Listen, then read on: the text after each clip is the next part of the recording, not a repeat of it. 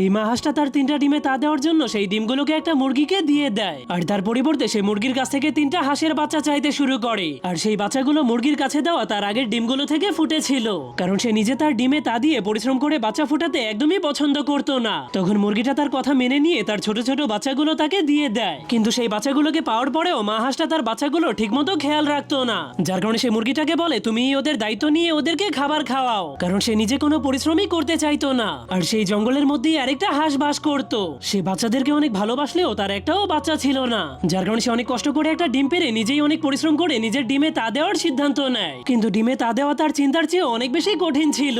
আর সেই রাতেই কালো মেঘ দিয়ে পুরো আকাশ অন্ধকার হয়ে গিয়ে অনেক জোরে জোরে তুফান শুরু হয়ে যায়, যার কারণে সে তার ডিমটাকে বাঁচানোর জন্য তার শরীর দিয়ে পুরোপুরি ঢেকে দেয়। জীবনের প্রথমবার ডিম পাড়ার কারণে সে ভুলবশত তার বাসাটাকে মাটির অনেক কাছে বানিয়ে ফেলেছিল, যার কারণে কিছুক্ষণের মধ্যেই বৃষ্টির পানি দিয়ে তার বাসাটা ভরে যায়। তবুও সে সারা রাত বরফের মতো ঠান্ডা পানির মধ্যে